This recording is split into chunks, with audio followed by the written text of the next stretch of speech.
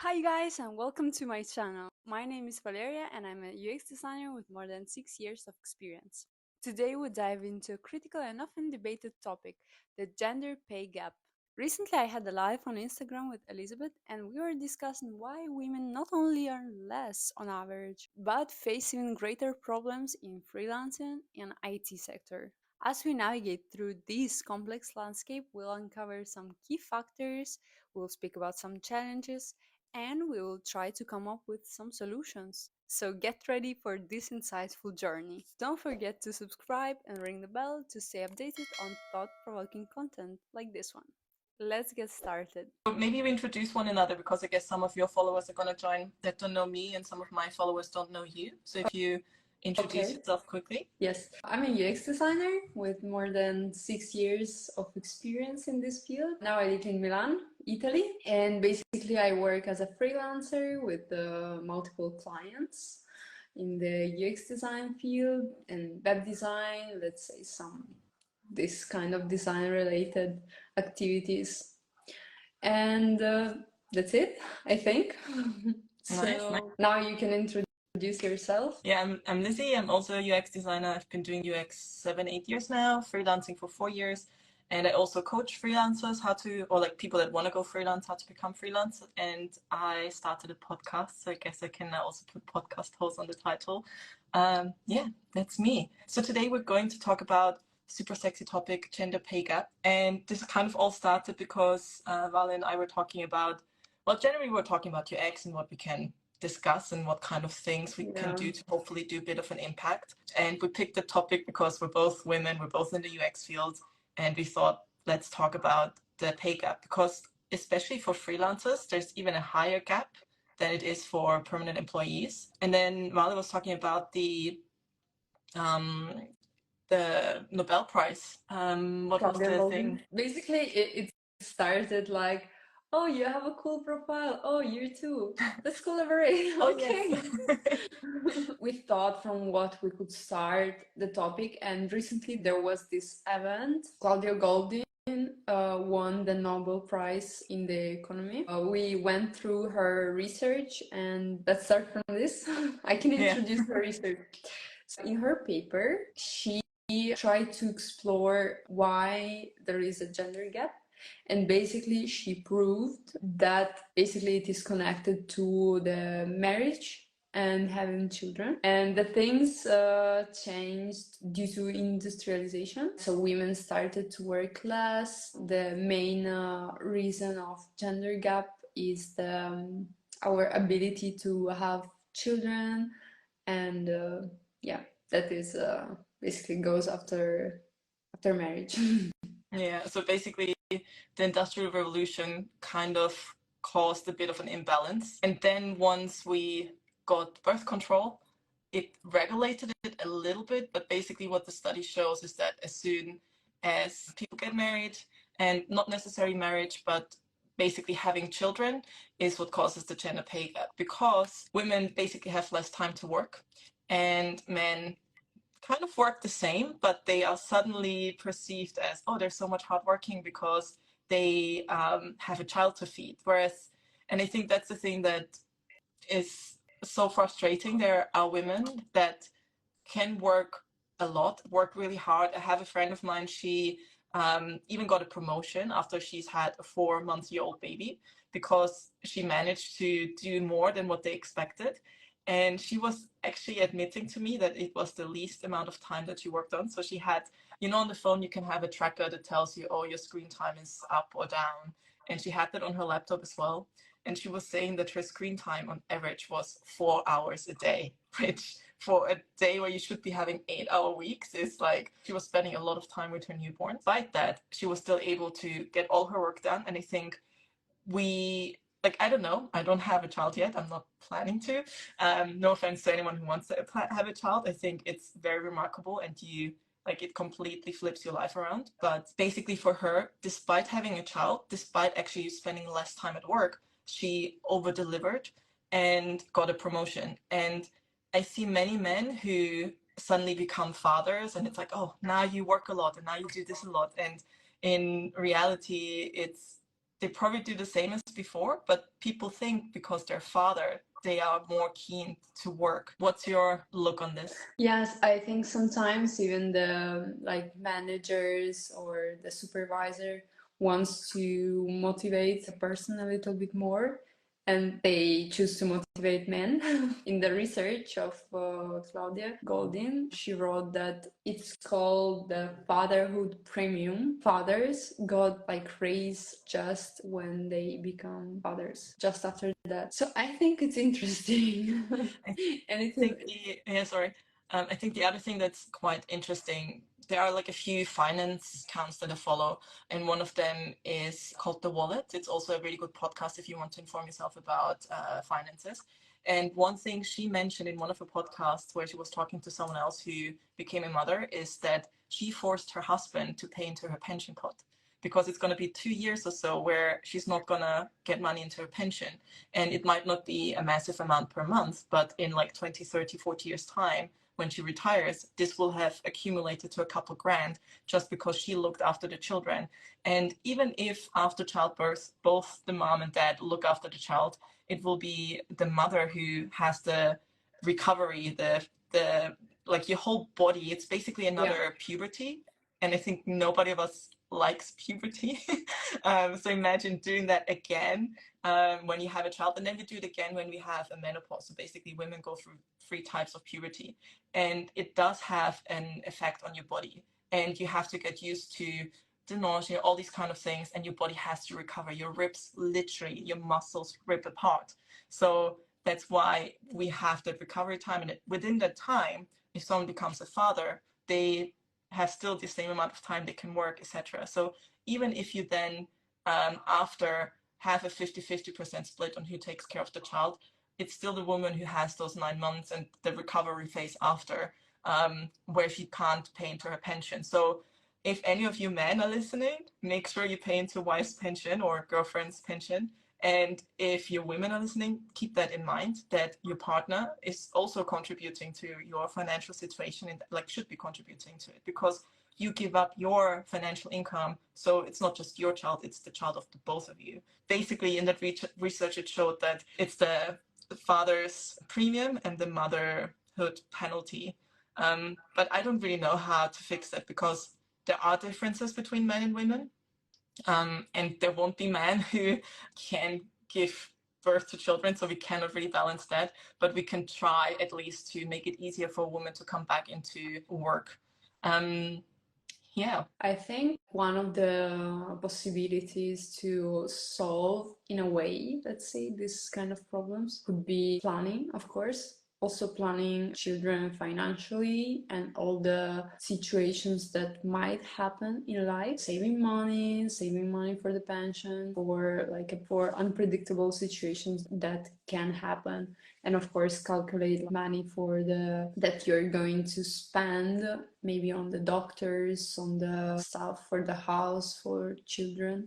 That could be one thing. Another one is to discuss everything with your partner and be very pragmatic about this. Not only emotional, being also smart in your decisions. I think that could be helpful. I was going to talk about the postpartum depression. That is Oh yes. also Yeah. a big point, because basically I think after giving birth, basically what you said, physically you're not 100% of yourself anymore. You cannot deliver the results you delivered before. You basically go through a whole personality change. So there are studies that show, basically they scanned women's brains and used AI to try and figure out if this woman had a child before or not. And normally AI never reaches 100% accuracy because it's a program, you know. But with that, I think it did achieve it. And basically it scanned the brains of the women, and the part of our brain that's in charge of empathy goes bigger during pregnancy. Mm-hmm. And it makes total sense, so that when your child cries for hours and hours, you're not going to kill it. So you're feeling empathy for this child, you know. But this switch doesn't happen for men, but it happens to women. So you're also a new kind of person, and you have to get used to that. And that's something that makes it tricky. And I think it also could potentially shift our view on work. So maybe before you wanted to have a career, now the priority is the child. But then you'd also say that for a father, the priority is the child.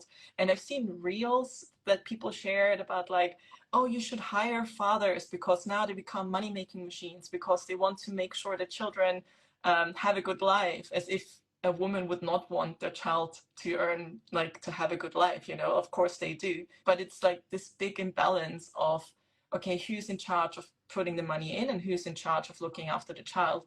And I think in like the 50s, 60s, it was like a clear split, and it was just a thing that women have to do. It was just men do this, women do that.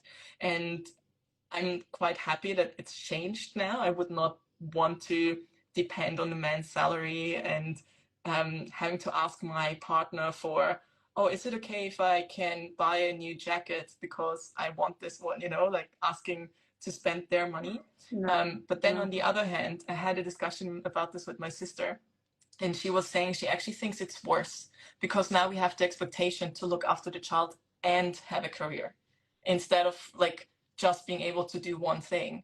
And it's kind of frowned upon if you're a woman who doesn't have a child or doesn't have a partner. Even yesterday, I mean, that's maybe Asian culture. I was visiting my grandma, and the taxi driver, who I know because he's from the same town as my grandma, it's always the same driver that picks me up. And I wasn't even in the car for 2 minutes, and he was asking me, so why don't you bring a boyfriend? Why are you not married? You're in your 30s. Like, what are you doing with your life? And it's like, first of all, who asks me if I even want that? I don't want children. I don't want a partner. I don't need a partner to have a happy life. So, yeah. Or someone saying, I feel women become superwomen when they give birth to a child. I 100% agree. I think it's Yeah, so that's true. remarkable. Yeah. What I can add on this, for example, I know that in Europe the maternity leave is pretty short. It's like 3 months maximum, I think. You think that's short. In America, it's like 2 weeks. In Russia, it is 3 years. Wow. 3 years. Wow. Yes. So, but I have an aunt that lives Mhm. in Moscow, and she gave birth in her 40s, I think, for the second child. And she is literally a superwoman for me. Like, she owns 2 houses, she works a lot, she works in medicine. And yeah, she does everything. I mean, it's crazy. She drives a car, like, she's a superwoman, literally. Just get shit done. Like they have set priorities and they have an emergency plan, and it's crazy, but they all the stuff that needs to be done, they get done. And I think on that note, big shout out to all the mothers out there, to my mother, to my mother's mother. It's like it's mad what they're doing. Yeah. Yeah. And I think we should not forget about the second job that usually women in families that have after the first job, they also have to do, oh yeah, laundry, cooking, cleaning, and this kind of stuff that like normal people need to do, right? But in the families, usually women are taking care of this. And it adds on this topic of gender pay gap. And Some people are mentioning in the comment like, wow, 4 siblings and your mom has nice, like, is the high-ranking officer in her state. Well done. If you don't limit yourself, you're limitless, yes. But the thing is, sometimes those limits come when, like, if you have to do everything by yourself. And I think a good relationship is if your partner helps you. And it shouldn't be that you tell your partner, I don't know, empty the dishwasher and then they do it. They should just do it as well. And I recently saw yeah, someone post on Instagram or something about like, I don't help my wife do the dishwasher. I don't help my wife to cook. I cook and she cooks, you know, and that's how it should be. And you both do the task rather than having to help and they delegate stuff to you, you know. So, yeah. I think it's more like an exception because usually the women, let's say, have a role of the project manager in the family. So basically, you plan, you think what needs to be done, and just you give tasks. Let's say. Yeah. Shafiq is saying his mom is Wonder Woman for him. That's super nice. And yeah, women give up a lot. And I think dads give up a lot as well. Like, I don't want to say like women do everything and men do nothing, but it's just a massive imbalance. And I hope that it's changing. I was traveling and a friend of a friend's colleague was there too. And he was only 22, which for me is like super young, you know, and I don't really have many people in that age. And he's like this white boy, highly educated and stuff, but he is so nice. And every time we would talk about something, he would bring up inequality in it. And I was so surprised because the picture I had of boys in his age would be that I don't know, they don't give a shit, they just live life and, you know, like they just flirt with girls, whatever. But he was treating everyone respectfully, the way he talked about his girlfriend, the way he talked about the girls that were hitting on him and stuff. And it was so respectful. And I thought, wow, that's a 22-year-old boy who is so much more mature than some of the 30-year-old men that I'm meeting. And it gives me a little bit of hope. But the thing that he mentioned is that his mom was the breadwinner in the household. So she has like interior design company, and his father is the assistant. And he's used to that when he's at home, people come to ask for his mom rather than for his dad. And I think that also shifts it, that the more women that are successful we see, the more it also trickles down to the next generations that, hey, women can do stuff. And I think that's why representation is very important, that we see women that succeed in the higher ranks, women in high ranks in politics, high ranks in big companies, and not just the HR person, but also CTOs, CFOs, and that they're not just men. Yeah. Yeah, if you look in the history, 100 years ago, the things changed a lot. But is it enough? No. So I that's mean, imagine 100 years ago, we probably, like, we weren't even allowed to vote in some countries, you know? yeah. So things have massively changed, but they're not changing quickly enough. Yeah, I think that's also one of the reasons why we're doing this live, Yeah. because Yeah. we want this cultural shift to go on. I think it influences a lot, like how people think. Like people don't teach you these things in schools. I think that's a good point that you make. They don't teach you that stuff at school.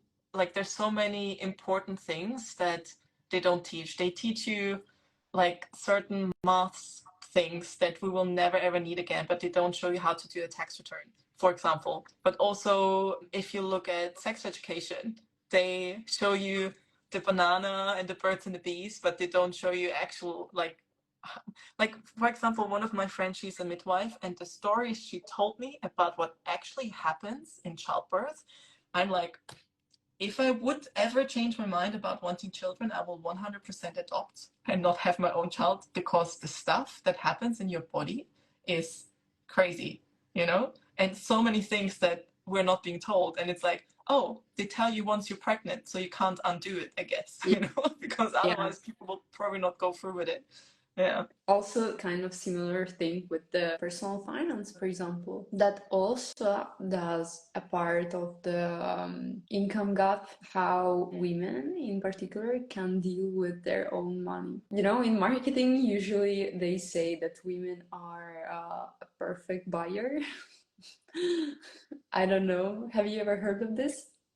I heard that women are often, like, for example, if you look at buying a house or buying a car with couples, they're often the decision makers. So it's the man Mhm. who pays, but it's often the woman who actually decides which house they're gonna buy. But what's your point on women being the perfect buyers? Yeah, the point is basically women buy more, so they spend more money usually. And I think it would be useful also to receive how to manage your own income, your savings, how to do with taxes, and lots of other things that they don't I teach you in think schools with the again. thing about women spending more, there are one thing is probably they're being marketed at more.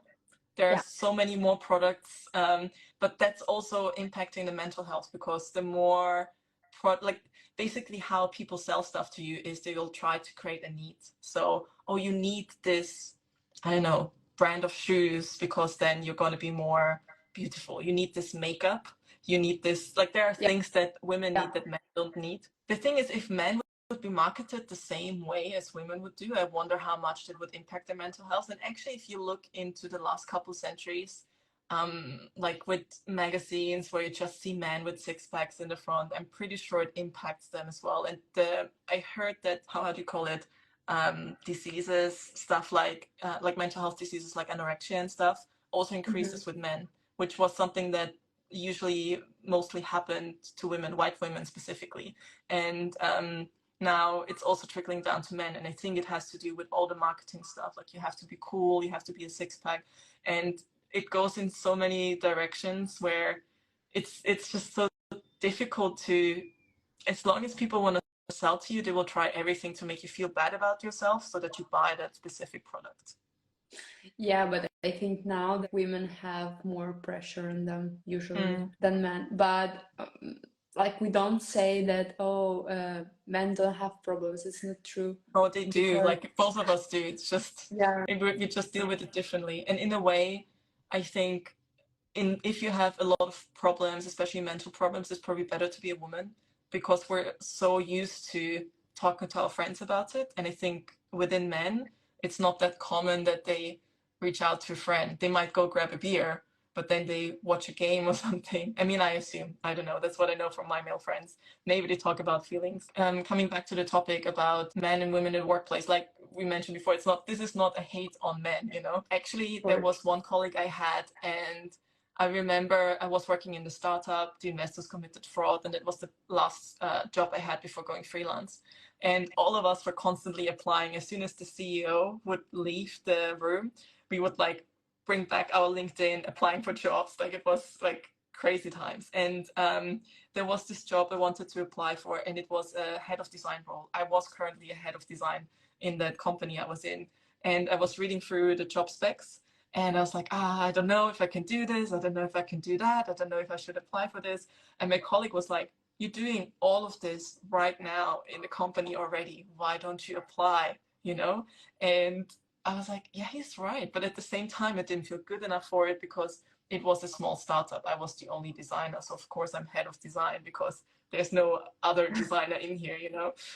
But for him, it's like, yeah, but you are in charge of this, you are in charge of that, you manage this whole thing, and you manage it all by yourself. If you had a team, it would be easier, you know? So actually, it's more remarkable that you're the only designer than if you would work with like a bigger team. And he had this whole pep talk for me, and I was thinking, I wish I would have the confidence of a man that like it's just every time I have imposter, I'm actually telling myself, okay, what would Ed tell me, you know? And actually, one of the things we wanted to discuss was the percentage of how many people apply for jobs, if they fit the job criteria or not. yeah. So basically, when we were doing our research for this live, we found out that women apply for a job only when they meet 100% of the specifications that are written in this job position, while men can apply when they meet 60%, so almost a half. And when I told that to my boyfriend, he told me, I don't even read the specification, I just apply. I interviewed one of my previous colleagues. She's also freelance, and we worked at the same company. And I interviewed her for my podcast, and she was saying how she was in this Slack group, and we're hiring, and this is the job, and it's actually for like the Slack group specifically was she codes, so mainly women in there, but there's also men in there. And she was talking about how she knows that there are a few women in that group that who she knows who would have been perfect for this job, but they didn't apply. Probably either maybe they didn't see it or they didn't feel good enough for it. And then there were a few men who were, as soon as she sent that post, were saying like, oh, how much am I going to earn? Can I work remote? Like this, that, what's my compensation for this, etc. And she was like, it's so interesting to be on the receiving end to see how men approach this. And she was like, this was so fast. And the type of questions, like, did you even read the job description? So they probably don't. Yeah. Whereas for me, I read every single one and I'm like, maybe I can do this, maybe not. Oh, they want me to speak German, English, and something else. Like, oh, I don't speak French, so no, I can't apply, you know? When it's just this Yeah. one tiny little thing, it's crazy. I know. Yeah, I personally can relate. But honestly, I think maybe the majority of women can relate to the Yeah. like imposter syndrome and not being confident enough that they actually deserve this position they want. But I think just knowing that fact, that men apply when, or don't even read part of it, but also they apply when they meet 60% of the criteria, just knowing that Yeah. makes me feel like, okay, I'm going to apply. I'm just going to apply. Because Yeah. if you don't apply, even if you're interested in the job, you are saying yourself, you're the one who tells yourself, no, I'm not good enough for this job. But if you at least True. apply, you tried. You know, you might still get a no, but by not applying in the first place, it's a definite no. Basically, I approach this kind of things as a funnel, marketing funnel. So basically, the more times you try, the more results you will receive. So yeah, it's worth trying. Yeah. Even if you don't feel confident enough, maybe when they call you back, you will have more experience in, I don't know, even doing the interviews, and you will feel more confident. So Yeah. I mean, it's always worth it applying for a job, and the worst thing that can happen is that they say no. So, and yeah, I don't think that you'll ever have such a bad CV or such a bad portfolio that people will be like, oh no, we'll remember this name, and if this name ever comes up again, we will definitely, like, this is not going to happen, you know? So even if it's like, it's better to apply than not to apply. And actually, the other thing that she was mentioning on the podcast, and it's so funny, she was saying, I just need to be mediocre. I don't need to be the best developer. I just need to be mediocre. I just need to be able to get the job done. I don't have to get a 5-star review on this, but I can like just be good enough. And with that mentality, she just applied and she got a gig and she did a career change. So she did a boot camp to become a developer. Yeah, and she's now quite happy with her situation. And so we worked for the same company. We saw each other on stand-ups, but we never got to know each other because we were just talking about work. And then she at some point reached out to me if we just wanted to have a coffee chat because we worked together for like a month already, but we don't know each other.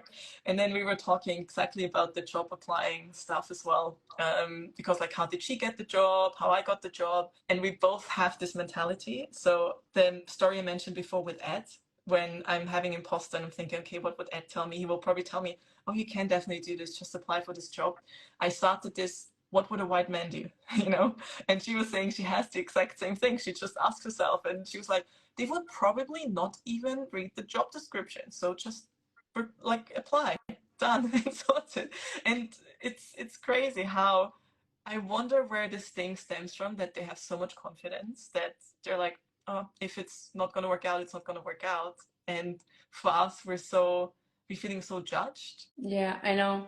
I think we should write some criteria that we think, okay, I want this salary, this size of company, the prestige, or whatever anyone wants, the location, and apply for anything you see, and then just choose what fits more to your criteria. Actually, I had an interesting chat with a friend the other day. So he's been recently single and he spends a lot of time on Tinder, and he just swipes right on every single one. And I'm like, you're not even looking at the profiles, you know?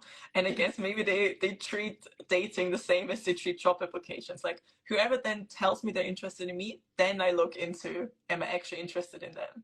So they just apply for those jobs, seeing if anyone invites them for an interview, rather than thinking first, okay, is it worth applying? I guess. I don't know. But it was funny because he was just swiping and it's like, like I think women are way more picky when it comes to that. Like Yeah, they even talk to their friends, like, oh, what do you think about this guy? Should I go on a date and stuff? So I know, I know. Okay, so I have a question for you. If we switch to applying for a job to an interview, have you ever experienced any kind of discrimination during an interview? I think I once was subtly asked if I had a partner. Okay. Like they didn't really ask directly, like, do you have a boyfriend, or what do you are you married or something? But I think they asked like, oh, where do you live? Who do you live with? Do you have housemates? Do you live with your boyfriend? Or like just the assumption that it's a boyfriend. I mean, that's another topic, But then just I don't think that that's okay. I don't, it's a bit in the gray area because they could have just wanted to do chit chat, but it also felt like a sneaky way to try and figure out, like, am I in a relationship or not? Because especially as women in their 30s, people assume that you will start to plan having children. Yeah, So it wasn't like actively discriminated, I don't think, but it was like a subtle, yeah. What about you? And actually, I yeah, once had a friend, and he told me he was about to hire an assistant. So he was working in this company. And when they interviewed a few people, there was one girl that he was like, okay, I can really see myself working with her. She seems very smart. She seems very proactive. I want to work with her. And his boss was female. And we often think, you know, if women are in higher ranks, then it's going to trickle down. But it really depends on the woman, because if the woman is a gatekeeper, it's not going to work out. And she was a gatekeeper. She was saying, oh, this woman is in her late 20s. She will probably be here for like 2 years before she is going to have a child. And then we'll have to find another person. And my friend, he told me that he was telling her, I'd rather work with her for 2 years and then look for someone again than work with someone that I don't see myself working with, you know? And just the yeah, assumption that they didn't even ask her, do you want children? Are you planning? Do you have a partner or whatever, you know? They just assumed she's a woman, she's going to stay here for 2 years and then she'll disappear because she's in that age. And that is, to me, so mind blowing, because there are women out there that can't have children. And then they still have the disadvantages of not getting a job because they're female. So, yeah. yeah. In any case, so basically, before our life, I remembered one story that I had.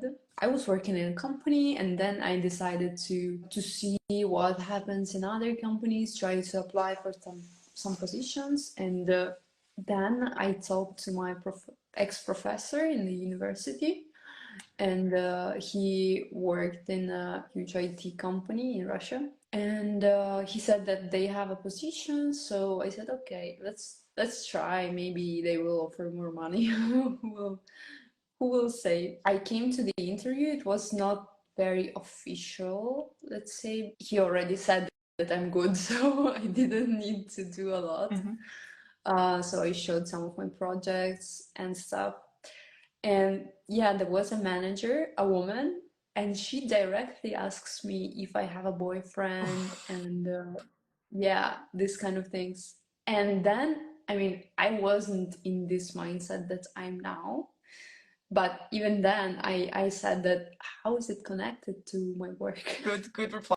How Yeah. is it connected? I think it's really inappropriate, especially hearing from a woman that can actually relate to the problems that women have. Mm. So in the end, I didn't say yes to this position because in some months I had to move to Milan. I don't remember. So anyway, I had to move, so I decided to stay at the place where I was. Yeah, I wanted to write a review or something that Yeah. this company is you know, I it's not so think it's good. crazy that like some companies get away with that. I know that there are some subtle ways to do that. Like for example, the chit chat, like, oh, where are you calling from? Oh, do you share your place with others or with a boyfriend? You know, like it's still not okay. But the answer that you gave is like, why is that related to the job? Any type of discrimination, not just for your gender, but also your skin tone or whatever it might be, it's a good question to ask. Why is this relevant for the job? Because it kind of calls them out and it hopefully makes them think, oh, I do have some biases. Maybe I should work on that. It's so annoying, especially when this comes from other women. Yeah, but I remember she was a bit confused with my answer. Mm. Maybe So nobody said anything back when she was asking that. it happens, but I think it's a good way to prevent this because it's illegal to ask this kind of things and to discriminate by the gender, Yeah. so you cannot answer. But there are also some rules in place where I don't agree with. I don't know about in Italy, but I remember in Austria there was this rule that if two people would apply for a job, they have the same qualifications. Let's say they went to the same school, had the same grades, and they would not know which one to pick because both of them are equal. They have to pick the woman. And I don't like that like the quota, you know, or they have to hire X amount of percentage for like in the team to be female versus male and stuff. And in a way, I see where they're coming from, because the more people, let's say in developers, it's a very male-driven industry. Yeah. There are not as many female developers as there are male developers. So trying to get more women in a way works, because that means that women will get more experience and will eventually become more senior as well, than if they would just hire men out of university. But then on the other hand, there's always this, oh, you only got the job because you're a girl. I think just take the job, even though you know, or you feel like you are the person who is the diversity hire, or whatever the reason might be. Take the job and prove them that you can do the job. Here I disagree actually, because I support quotas because, okay, let's try to not take politics, because like people are decision makers. So if it will be really male dominated, women will be discriminated by the government. So it is super important, I think. In the IT sector, it's very important as well, because lots of products created by men are not adapted to women. Simply like this. For example, even the sizes of phone and buttons. Even worse, the sizes of like cars and everything's adjusted for men. So if a woman is in a car accident or a man is in a car accident, there's more chances to die as a woman, because of the size of the car is made for the average man. But yeah, sorry, continue. Yes, so I was saying that if a woman doesn't have the possibility to bring this point of view, we receive this kind of results. So like some things are made for men, and sometimes it can be really dangerous, as you mentioned with the cars. So that's why I support quotas. I think that like there should be equal possibility to bring this point of view, bring the different kinds of approaches. That's why. I'm not saying quotas are a bad thing. I think the stuff that I don't like about it is that the people then say, oh, you only got the job because you're women, or you only got the job. Like one of my friends, she is mixed, black and white, and a developer. And I remember once having a discussion with another developer at a different company, and he was saying something like, oh yeah, she only got the job because she's black. And it's like, you don't know that, you know? Like maybe she is a good developer. It's not just because of that. Like I hope, but I also understand, like I wouldn't want to be the hire that is hired because I'm a woman, or because I'm very white, but I'm Asian, you know? So like maybe for someone that counts as a quota, even though I have all the right privileges in the world. But I like I'm a bit torn with the quota stuff, because I want to be hired because I'm good at it, not because I fit a quota. I can tell a little story about this. Yeah. So basically, when I was looking for a designer who would do a website for me, first I wrote to some chats, some groups with the designers that I'm looking for a designer. Was this the designer who took the money and left? Oh, it was not Okay, the okay. website for sure. It was I was looking for a designer that like for some physical stickers for laptop. Okay. Because I wanted to do this kind of marketing that I like myself. So, like to give away some physical stickers for laptops, some cute things, maybe with my logo or my the name of my blog or agency. But like, let's say something cool, not just marketing, this kind of stuff. But yeah, for now, I'm not continuing with this idea. So what was the thing with the designer? Yeah, so basically, I received a lot of messages from the designers, but then I realized, no, I need to hire a girl because I want to give the possibility to a girl. Maybe she can be as good or even worse than, I don't know, some random male designer. But yes, I decided that I will hire a girl, and I did. pretty happy with my choice. So yeah, I don't care if I hired her only because she's a girl, but she has this possibility, and for me is a contribution. Yeah, I see what you mean. I see what you mean. But I still am torn. I feel like people should hire who they think is best, not because they get some government funding if they do it, or have to pay fees if they don't get a certain quota. Um, in a way, it's still good because it gives people the opportunity to earn experience, and it will hopefully over time change things. But it's, yeah, the thing that I really dislike about this is that people are saying like, oh, you only got this because you're a girl, you only got this because you're colored, you only got this because whatever, you know. Even if that's the case, just let them have it, because there are so many things they didn't get for the exact same reasons. There's so many jobs before this one that they didn't get just because they're a woman or just because they're colored. So let them have it. Yeah. Like, and the thing, yeah, in a way, quotas are good, like you say, but in a way, it's also giving people arguments of why. I'm still like mixed about it. But we have like 10 minutes left, so maybe anyone has some questions, or is there something else that you want to talk about? Do you have any questions, guys, for us? No. Yeah. No questions for us. The last topic that we want to mention was the saying prices for your project.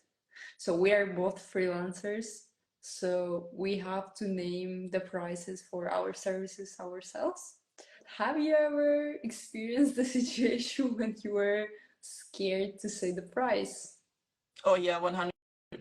Like when I started freelancing, and I was just not understanding that, like my first freelance job I got, it said in the job specs that it's £350 per day. And back then for me, this was like, I mean, it still is like a very decent amount of money to make in one day, you know? But I was like, oh my God, this is so scary. And then when she asked me for my day rate, I just said that number because it was in the job speculations. But I was so scared to say this because it just seemed so unreal to me that it even got an interview for this job. And then every single time I increased my rates, I was like, no, I fluked it. Like, I was so lucky I got this job. And I will probably not get another job with that day rate. So I stuck with that day rate for, I think, 2 years. So I was kind of mid, probably in some cases senior UX, and then got those, like, I charged the same as a junior UX designer. I didn't know £350 a day is a junior rate. So I was super scared just increasing it by £10. I was like saying out loud 360 until it became comfortable to say it. And even now, every single time I say a number, I'm a bit scared. Even if it's a number I was paid before, I still feel scared to say it. So I don't know if it ever goes away. What about you? I'm super scared to name prices for my new projects, but I found a way to solve this problem. Sometimes when the new project arrives to me, I ask my boyfriend to invent a price for it, and then I just I just say this price to the client. It's not my responsibility. The price is this, he said. Would the clients agree to that? Yeah. I think when that happens, you didn't charge enough. So you should always add more to even what your boyfriend tells you to charge. You should probably Yeah, actually, he says already more than I would think that I would charge. So I'm already winning a little bit. Yeah, I think it's actually good that it scares you. Like, I think every single time you say you're right, it should scare you, because if it doesn't scare you, you're not charging enough. Totally. If we don't have any questions from the audience, so let's say what question Yoda is having. The other thing that you said with finances, there are two accounts that I really like following. One is the Wallet from Emily Belay. She has a podcast as well where she talks all things finance, and that's the one who was talking about make sure that your partner pays into your pension. And the other one is called Rain Check, like Rain underscore CHQ, I think. And she's doing really, really well with talking about money and also money mindset and stuff. So if anyone's interested in finances, I think those are two very good resources to follow. You can leave these profiles in the description, maybe. Yeah, I'll Like add it as a comment. the profiles mentioned in the live. So I think it would be really useful. I've never heard of this accounts. I'll also mention the podcast episode with Rachel. It's going to come out next week, and we talk exactly about like what it's like being a woman in the industry and stuff. So yeah. Okay. Cool. How do you deal with requests that go over your scope, like asking you not only to design but also build the website? Are you going to use no-code tools, or how are you communicating your boundaries? Um, Maybe that's a question for you, Valeria. Actually, I don't see it. Yeah, I don't see the question. So basically, he's asking when you get a request for your scope. So I guess he's referring to when you were saying the rate for your clients and your boyfriend gives you a number. Yeah. So when they request that you don't just do the design but also build the website, are you doing this? Are you using a no-code tool, or are you using something else? I have different kind of clients. For some that are requesting just a simple website, we use no-code tools. And for those who are building like complex platforms with backends, I don't even touch the developing part because the client has their own team of developers. Cool. Hopefully that answers your question. How do you decline it without reducing your rate? In that case, usually we ask what is the budget of the client and we see what we can offer with this budget. That's a good point. I think often it's like when it comes to pricing your projects, one thing is you can do it based on your hourly rate, day rate. You give them an estimate how long it will take you. And that's often something that clients understand. If you have a set rate per hour per day, it's easy to explain that. But if you have a project-based thing, they are often wondering like, oh, how is this price coming together? And there are certain things that you can't really put the price tag on, like for example, your experience. So maybe you can deliver all of that within a week because you have the experience, you've done it tons of times before. And yes, someone else who might be cheaper can do it, but are they going to do it in the same quality? And there are other skills that might not be in the design process itself, but things like how you communicate with the client, how often do you update them, how much are they going to be involved in the process, or is it like they give you the task, this is what they want to do, and you make those decisions for them, or is it something where, like I guess, task like branding is going to be very different, where you'll need a lot of information from the client, whereas with UX design, if you know the task, like what the goal is, where they want to go, if it's more leads or less bounce, whatever the numbers might are, then probably you're the expert on it and you just tell them. So those are all things that it's very difficult to add to the pricing. And another thing, and that's more if you're really, really good at sales and really good with pricing yourself, is value-based pricing. So for example, if you look at the Twitter logo, the new logo, the X, I mean, is it really, even if they come up with the name X, how many variations of an X can you create to make it a logo, things like that? And maybe a university student could have come up with it, but maybe some like for Twitter or X or whatever, and the money Elon Musk has. So they would have been stupid to just charge, I don't know, £10,000 for that logo. They will probably at least have charged, I don't know, 100, 200,000 for this logo, and hopefully a full branding set and style guides and everything. Whereas if you ask your coffee shop that just opened next doors to create a full logo for them, it's going to be different. So it's also the value it has for the business, not just the time you put in. So there's so many ways to price it, but yeah, it's very tricky to communicate it. Yeah, true. Oh yeah, I actually have this calculator tool because I recently finished the first cohort of my finance course, and the question that I give them, like that freelancers normally have at the beginning of the career, is like, how much can I charge? And one way to do it is the easiest way to do it, and the easiest way to sell it to your clients at the beginning of your career is just having a day rate and an hourly rate. And I can also send it in the comments maybe after. And you basically think of how much do you actually want to earn in a month. Let's say you want to make £3,000 a month, you know, and then how many days do you want to work for that? Do you want to work full time? Do you want to just work 2 days? And then you add certain percentage, you add the taxes you have to pay, and then some buffer because you never know if something happens. Maybe they don't pay on time, or expenses, etc. And then if you actually want to earn 3,000 a month and work 3 days a week, I think it comes down to something like $30, $40 per hour or something like, I'm not 100% sure, but that's one way that you can calculate it as well. I think we could finish on this point. Yeah. I Almost pretty really much an hour. enjoyed this conversation. Yeah, it was Hope super to do nice it again. talking. If just one person who was listening asked their partner to add money to the pension while they're in maternity leave, or just applies for that job that they normally wouldn't have applied to because they didn't feel good enough, if it just changed for one person, then I think it was definitely worth doing this. I agree. Yeah, Okay, let us know in the comments what do you think about the topics that we discussed here. Let us know. cool.